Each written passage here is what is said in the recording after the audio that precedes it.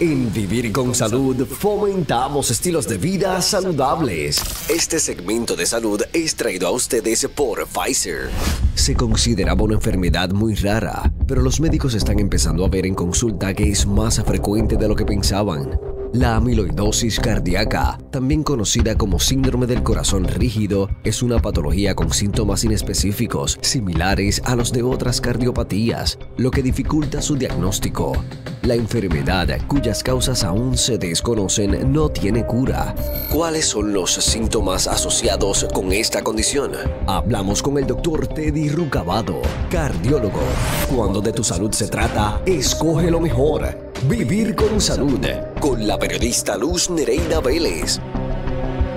Muy buenos días y bienvenidos a Vivir con Salud. Gracias por acompañarnos domingo tras domingo y recuerde que también nos pueden acceder a través de notiuno.com/TV y escuchar por Noti1 630 AM y por la banda FM del 94.3. En la mañana de hoy vamos a estar hablando de una enfermedad del corazón que, como ustedes saben, las enfermedades cardíacas son la primera causa de muerte a nivel mundial y nosotros tenemos que aprender a educarnos sobre cómo cuidar ese corazón. Sabemos y entendemos que pueden haber predisposiciones hereditarias, que puede haber algo en la genética que ya, ¿verdad?, traigamos como consecuencia algo para que el corazón se nos enferme, pero no por eso debemos dejar de cuidarnos y de mantenerlo lo más activo posible. En la mañana de hoy me acompaña el doctor Teddy Rucabado. Buenos días, doctor. Buenos días, Luz Nereida, y a todos los radioescuchas de aquí, que yo creo que todos los que tienen radio prendido están conectados aquí. Entiendo que sí. Y vamos a hablar sobre la amiloidosis cardíaca o el síndrome del corazón rígido. ¿Qué es eso? Amiloidosis cardíaca consiste en que en el corazón se van depositando de forma anormal una fibra entre las fibras de músculo de corazón. Por lo tanto, este corazón, aunque se va engrosando, se ve más grueso, pero eso no es funcional porque son unas fibras de proteína que no deberían estar ahí. Y esto, pues, lo que dicen corazón rígido es que el corazón, pues, aunque contrae bien, pero no se puede distender, o sea, llega a una capacidad que no puede seguir. Y tú para bombear, pues te tienes que llenar. Si tú no te llenas bien, pues no puedes bombear bien. Y esto de la amiloidosis es un diagnóstico que antes era más difícil de hacer, que no se contemplaba, que no había terapia. La amiloidosis, hay dos tipos de amiloidosis. Hay uno que se correlaciona, que es de light chain, o sea, de cadenas livianas, con las personas que tienen mieloma múltiple, que es una condición hematológica, y eso se trata en la condición hematológica. Pero aquellos jóvenes como yo, ¿verdad?, que ya tenemos ciertos años, empiezan a ocurrir lo que se llama la amiloidosis por transtiretina. La transtiretina es una sustancia normal en el cuerpo, ¿verdad?, que produce el hígado para transportar la tiroxina, que es la hormona de la tiroides, y el retinol. Se supone que estos son como 4 proteínas juntas y no se deben soltar. Pero ¿qué pasa? Por alguna razón, a veces genética, a veces por mutación, estas proteínas se empiezan a soltar y se empiezan a desdoblar. Y esas fibrillas, ¿verdad?, que empiezan a caer en el tejido del corazón. No solo en el tejido del corazón, pues esto es sistémico. Pueden caer en el tejido conectivo, ¿verdad?, pueden caer en tendones, pueden caer en el humor vítreo del ojo, o sea, puede caer en varios sitios. Por eso que estas personas, uno ve pacientes de fallo cardíaco. Hoy en día vemos pacientes de fallo cardíaco. ¿Y tienen esta condición? Que tienen esta condición, y sobre todo en aquellos que tienen un fallo cardíaco diastólico, que es esa palabra de domingo que decimos decir. ¿Verdad? Bueno, porque pues, por eso tenemos ¿verdad? Tenemos lo sistólico y lo diastólico. ¿Verdad? Sistólico es cuando el corazón contrae. Estos pacientes el corazón contrae bien, pero diastólico, que es cuando el corazón se relaja para llenarse. O se expande, ¿verdad? Se expande para llenarse de líquido, pues esto está limitado. Entonces, estos pacientes que, si ustedes ven de 100 pacientes que dicen que tienen fallo cardíaco, de 30 a 35% son diastóricos, ¿verdad?, que es que no se relaja bien. Y en estos pacientes que tienen fallo diastórico, hasta un 20% pueden tener amiloidosis. Wow, pero esos son porcentajes altos. en un porcentaje alto. El problema es que antes no era fácil de diagnosticar y aun cuando lo diagnosticaba no había terapia. Y esto ha ido cambiando desde 2015 para acá. En la medicina tenemos una cuestión que es que cada vez aparecen tratamientos nuevos para condiciones que antes se consideraban irreparables, hoy en día no. ¿En qué pacientes vamos a sospechar? Sí, eso quería, o sea, ya hemos hablado, pero síntomas, me gustaría que antes me dijera, o sea, cuando no puede, ¿verdad? Esa función del corazón de expandirse para llenarse, ¿qué cosas produce? O sea, ¿qué cosas yo puedo notar, ¿verdad?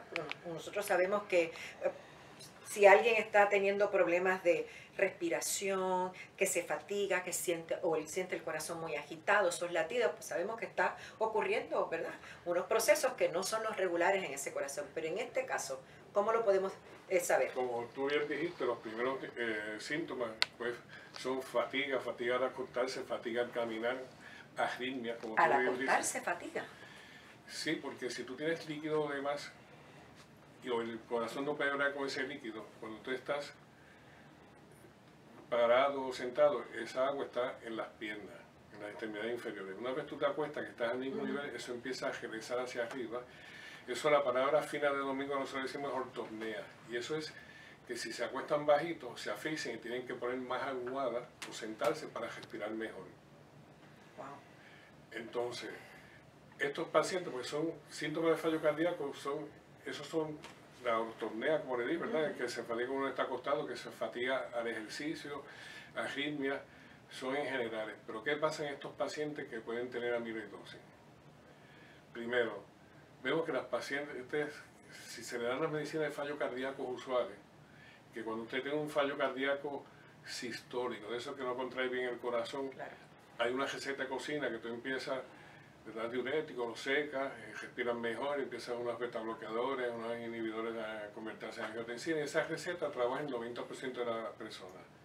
En estos pacientes de amiloidosis, tú le das la receta esa y se ponen peor. Wow. Segundo, muchos de estos pacientes tienen otros síntomas asociados, porque como le dije, la amiloides no se deposita nada más en el corazón, se puede En depositar otras áreas, exacto. en otras áreas. Una de ellas es el túnel carpal, pero no el túnel carpal de una sola mano, porque te pasa en la computadora, ¿verdad? Pero el túnel carpal recurrente en ambas manos, y de eso que los operan como que se vuelven a poner peor. Personas que han tenido reemplazo de rodilla, personas que tienen estenosis del canal espinal. Eso quiere decir que el cordón espinal al final de la espalda, donde la espalda tiene un nombre, está comprimido. Y personas que se les rompe el tendón del bíceps. ¿Qué es el bíceps? El bíceps es el músculo ese que decimos del mollero. ¿Verdad? Que uno dice, mira el mollero que tengo. Sí, así fue el Pues, favorito. Pues el tendón eso se rompe espontáneamente sin tener, y esos pacientes entonces tenemos que tener una sospecha más alta si tienen estos síntomas de que tienen amiloidosis. O sea, que la gente tiene que tener esas cosas en mente porque es bueno para que nuestros radioescuchas, ¿verdad?, entiendan y sepan. Esta condición se hereda, o sea, si mi mamá o mi papá tenían la condición, ¿yo la voy a heredar? Sí y no, te voy a explicar. Sí, ahora. claro, para eso estamos aquí. Para Hay dos tipos de amiloidosis. Hay una que es por mutación, que es la que vemos más comúnmente, esa no se hereda. ¿Verdad? O sea, pero ¿por qué tengo que hacer pruebas genéticas a todos? Porque si es hereditaria, de hecho, hay una que se ve en la población afroamericana en Estados Unidos, y esa población pues, es hereditaria y hay que hablar porque los familiares, los descendientes, tienen la propensidad de tener eso mismo, porque es autosómico dominante, otra palabra de dominio. Quiere decir que es en los genes comunes que no tienen que ver con el sexo, y dominante que se tienden a expresar sobre otro gen que sea normal. O sea, y segundo, O sea, que esas posibilidades de tenerla son bien altas. y en junio de este año, el American Heart Association, la Asociación Americana del Corazón, hizo como un review de amiloidosis y también puso a los afrocaribeños. Porque es importante, pues nosotros, por más hinchos que seamos, todos somos afrocaribeños. O sea, aquel que no tiene dinga, tiene mandinga. O sea, y yo creo que, o sea, en Puerto Rico tenemos que analizar a todo el mundo como si fuera un descendiente afrocaribeño, taíno, español, o sea, nosotros tenemos todo aquí. Porque tenemos una mezcla de esas tres razas. Y lo importante, porque aunque el tratamiento vaya a ser igual en este momento, es para consejería genética, y si vamos a darle consejería genética, a ver si desarrolla la condición y empezar a tratarlo antes de que haya un daño significativo. Esto puede ocurrir tanto en el hombre como en la mujer. A veces hemos visto, ¿verdad?, como quizás más temprano las mujeres a veces son 3 veces a 1 en condiciones con respecto al hombre, pero en este caso, ¿se ve en igualdad de condiciones o el hombre la padece más que nosotras o nosotras más que ustedes? Bueno, en la serie que se han investigado, usualmente hay más hombres, pero no es mucho más. O sea, no es una relación de 75-80 y sí, se ve un poco más en hombres, pero se pueden ver en ambos sexos. O sea, que no podemos definir que nadie sea de bajo riesgo para eso. ¿Y edades en particular? Sobre todo, vamos a ver la que es por transtirretina, la vamos a ver en personas mayores. Lo de mayor, pues eso está en discusión, ¿verdad? Antes decían que era sobre 65 años de edad. Parece que después de los 80. Ajá. Sí, por eso yo concluyo que tú tienes razón, que es después de los 80. Pero en personas mayores, que es donde esto se empieza a ver más, se empieza a ver más esta mutación. ¿Cómo ustedes, los cardiólogos, pueden llegar a la conclusión de que yo tengo esa condición? ¿Qué cosas ustedes utilizan para llegar a ese diagnóstico certero? Hay varios estudios. Hay un estudio que es bien común que se llama el ecocardiograma, que es ver el corazón con ultrasonido. Si usted ve que ese músculo del corazón se ve bien grueso, como dije, esta fibra se infiltra entre las fibras del músculo del corazón, pero cuando usted hace un electrocardiograma ve que el voltaje es bajito. Si usted tiene mucho músculo del corazón, el voltaje debería ser de alto. O sea que hay una disociación, o sea, parece como que un músculo bien grueso, pero el voltaje es bajito, ya usted empieza a sospecharlo. Si usted tiene efusión pericárdica, esa agüita alrededor del corazón, usted empieza a sospechar lo que tiene esta condición. Hay un estudio que se puede hacer con el eco, que se llama el strain, no sé cómo traducir eso bien en español, que eso tiene una distribución característica cuando es amiloidosis, y te hace que la sospecha sea más grande. Y esto antes tenía que diagnosticar solamente por biopsia. Hoy en día, si usted sospecha que tiene amiloidosis, usted le hace unas pruebas de sangre, se llama una electroforesis de proteína de la sangre, inmunoelectroforesis de proteína de la sangre y la orina,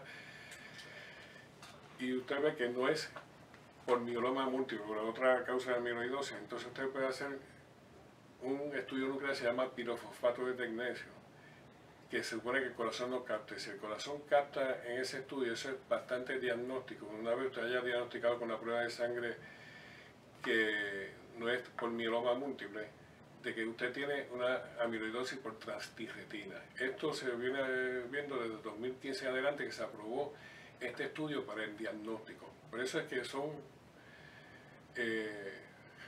como digo, son estudios que no teníamos disponibles antes, ¿verdad? Y ahora se tenemos disponibles, y por eso es que surge este interés. Y eso es una herramienta útil para ustedes los médicos, porque entonces de esa manera es mucho más fácil poder ayudar al paciente. Sí. Y el paciente puede tener esta condición y puede tener otra condición del corazón. O sea, pueden coexistir. Pueden coexistir porque estamos hablando de una edad, una población que es de edad avanzada mayormente. O sea que sí, o sea que yo puedo tener un problema adicional al corazón, puedo tener un problema de presión arterial y tener esta condición. Pueden ser concurrentes, o sea, las dos. Por eso es que uno tiene primero que sospechar, que pensar que existe para poder diagnosticarla. Y yo puedo tener una condición del corazón y estar en tratamiento de esa condición y a la larga desarrollar esto. Sí, porque desgraciadamente, fíjense que esto es o una mutación o una herencia. O sea que no hay unos factores de riesgo que podamos modificar como hacemos con las otras condiciones del corazón. O sea que por eso es una cuestión que hay que sospecharla. Hay que siempre dejarle en la mente del médico y el paciente la posibilidad para poder diagnosticarlo. Doctor, le pregunto, ¿se ve frecuentemente esta condición en Puerto Rico? ¿Es algo que vemos a menudo? Eso es de las preguntas que antes no se sabía, voy a decir, porque antes el diagnóstico solo se hacía por biopsia. Entonces, se podía hacer biopsia de la, ¿verdad?, de la glándula salivares o de la grasa en la barriga, pero eso era un 30% nada más, o sea que había que ir al órgano afectado, hacer la biopsia y hacerlo en 4 sitios o más, porque como eso es segmental, no necesariamente va a estar en todo el órgano, se podía fallar. ¿Y qué pasa? Que antes no había tratamiento, y cuando no había tratamiento, tú no tenías nada que ofrecer, no ibas a hacer un procedimiento peligroso para un diagnóstico, claro, que no tenías algo que ofrecer. O sea, que por eso pues estamos viendo ahora que gracias a estas nuevas herramientas que tienen ustedes, pues podemos ser mucho más certeros. ¿Hay algún tipo de tratamiento o hay varios tratamientos para esta condición? Ok, para la amiloidosis cardíaca hay un solo tratamiento aprobado por la Administración Federal de Drogas y Narcóticos que se aprobó en mayo de 2019. Es una medicina que evita que, ¿se acuerdan que de las proteínas que iban, que eran 4 y de pronto como que se rompían y se regaban por todo el cuerpo? Eso evita que eso ocurra.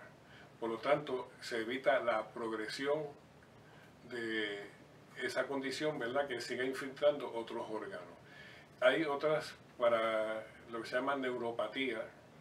Para amiloidosis hay otros tipos de tratamientos, pero ninguno de esos tratamientos está aprobado para la amiloidosis cardíaca. Como tal, o sea, directamente para esa condición. Para la administración de drogas y narcóticos solamente este tratamiento. Y este tratamiento pues se notó que redujo mortalidad y hospitalización en pacientes con amiloidosis.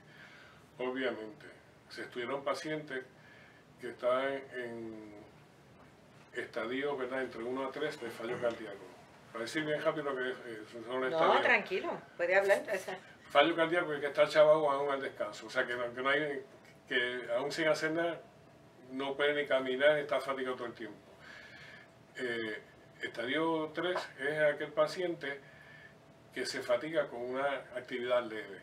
Estadio 2 es que tiene que hacer una actividad grande, digo, ya subir al yunque o algo así para fatigarse. o subir la muralla china. Ajá. Y estadio 1 es que no tiene síntomas aún a ningún tipo de ejercicio. O sea, se estudiaron pacientes que no estuviesen en estadio 4, o sea, que no estuviesen terminales, o sea, que si usted los coge antes de esa etapa, pues sí podemos hacer algo por ese paciente. Este tratamiento es para tomarse una sola vez al día, porque, ¿verdad?, por lo que hemos hablado, se ve que una vez tenemos esta condición, no hay vuelta atrás. No hay vuelta atrás, y aunque evitemos que se siga deponiendo, tenemos que seguir evitando que se siga deponiendo. Esta medicina viene para una cápsula una vez al día. ¿En una dosis en particular? En una dosis en particular de 71 miligramos, y se ha visto que es efectiva, y estamos en otra etapa. Nosotros los médicos, cada vez que tenemos algo que podemos diagnosticar mejor, que debemos tratar, pues es una alegría para nosotros, porque antes el buen médico en los años 50 era el que te decía de que te ibas a morir. Sí. No. Ahora uno quiere saber de cómo te va a salvar y cómo te va a dar una vida más larga y en mejores condiciones. Y cada vez que surge este tipo de sucesos que mejoran diagnóstico, tratamiento, que nos ofrecen alternativas, que ya no nos dejan a nosotros diciendo no puedo ofrecerte nada, pues eso, pues yo entiendo que hace que nuestra carrera pues sea productiva y nos sentimos mejor. Esta medicina no tiene ningún tipo de consecuencias si la combinamos con otras que sean también para el corazón, o tenemos que, como a veces pasa, tomarlas en unos horarios diferentes. Con otras medicinas del corazón no. Obviamente siempre hay medicinas como medicinas, ¿verdad?, para los hongos, medicinas para el HIV, ¿verdad?, que siempre tenemos que tener cuidado. Exacto. Porque esas reaccionan con todo, pero usualmente esta medicina no tiene más efectos secundarios que el placebo. El placebo es cuando se le da algo que parece no es la medicina, o sea que una medicina hasta ahora bastante segura. Qué bueno, porque eso le da tranquilidad también a los pacientes, y de esa manera también van a cumplir, se adhieren al tratamiento. O sea, que el medicamento reduce entonces esa posibilidad de mortalidad, pero y también me reduce posibilidades de padecer de otras enfermedades cardíacas, ¿o no? De otras enfermedades cardíacas no, pero digo hospitalización, porque ahora mismo, Ajá. por ejemplo, nadie se quiere hospitalizar con el COVID, ¿verdad? No. Y reducción de hospitalización quiere decir que ese paciente va a estar menos expuesto también a otras cuestiones, por ejemplo, las pulmonías nosocomiales, que eso de nosocomial es otra palabra de domingo, quiere decir que se adquieren en hospital. O sea, que está menos expuesto, va a estar en mejores condiciones. Para el sistema de salud pública implica menos costo, va a ser un paciente que va a estar más saludable, con menos hospitalizaciones, menos costo para el sistema, y sale todo el mundo ganando con esto. Una vez uno está en este tratamiento, uno puede hacer algún tipo de ejercicio leve. O sea, hay cosas que podemos regresar aunque sea de manera moderada. Me ha hecho una pregunta que es bien difícil contestar, te voy a decir porque la rehabilitación cardíaca en Puerto Rico sí la hay en el hospital de veteranos y en otros sitios, pero no está generalizada precisamente porque no hay un reembolso adecuado. No importa la condición que tú tengas cardíaca, tú tratas de rehabilitar de una manera adecuada, de acuerdo a la posibilidad del paciente. Pero esto es de las cuestiones que se han quedado atrás en los últimos 20 años. O sea, que la persona pues tiene que consultarlo, me imagino, con su médico, ver a lo mejor cómo está el resto, ¿verdad?, del sistema, de los sistemas funcionando y cuán saludable quizás en otras áreas sea. Doctor Teddy Rucabado, mil gracias por haberme acompañado. El teléfono es el 787-764-3190 si usted quiere conocer más de esta condición. O, mire, si tiene cualquier condición cardíaca, él es cardiólogo, así que 787-764-3190. Usted llama y con mucho gusto, ¿verdad, doctor? Allí en su oficina. Claro que sí, y muchas gracias por tu paciencia y de la radio audiencia conmigo. Ay, hay que tener paciencia, doctor, en la vida. Esa es la mejor manera de saber esperar. Eso lo aprendí de mi mamá hace muchos años. Que tenga lo que resta de domingo, que sea bonito. Nosotros regresamos con más. Cuando de tu salud se trata, escoge lo mejor. Vivir con salud. Con la periodista Luz Nereida Vélez. Regresamos en breve.